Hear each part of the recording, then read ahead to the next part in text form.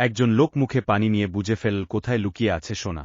কিন্তু যখন সে সব বলে দিল, তখন সেনাপ্রধান কি করল জানো? বিশ্বাসঘাতকতা, জাদু আর প্রতিশোধে ভরপুর এক গল্প। মিস করো না। তো শুরু করা যাক। একজন রহস্যময় লোক, যিনি পানি মুখে নিলেই বলতে পারেন কোথায় সোনা লুকানো আছে। সেনাপ্রধান তাকে নিয়ে যায় নদীর ধারে। লোকটি জামা খুলে পানিতে নামে, একদম ডুব দেয় আর একটু পরেই উঠে আসে হাতে সোনা নিয়ে। সে ম্যাপে সবগুলো সোনার অবস্থান চিহ্ন দিয়ে দেয়। কিন্তু চিহ্ন দেয়া শেষ হতেই সেনাপ্রধান তার মুখোমুখি হয়ে বলে, এখন তোমার আর কোনো দরকার নেই, এবার মরো। এই বলে তাকে গুলি করে। তার পাশে থাকা ছোট ছোট বাচ্চারাও ভয়ে কাঁপছিল। সেনাপ্রধান যখন তাদের দিকেও বন্দুক তোলে, হঠাৎ করে বাচ্চাটি দৌড়ে সরে যায় এবং চোখের সামনে সে রূপান্তরিত হয়ে যায় এক শক্তিশালী যুবকে। আসলে সে ছিল এক জাদুকরী বাচ্চা, যে এতক্ষণ শিশুর রূপে সবকিছু দেখছিল। এখন তার পালা প্রতিশোধ নেওয়ার। বন্ধুরা, কেমন লাগলো এই দুর্দান্ত জাদুকরী গল্প?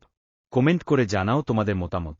আর যদি এই ভিডিওতে 1000 লাইক হয়, তাহলে আমি এই পুরো সিনেমাটা বাংলা ডাবিং করে আনব তোমাদের জন্য।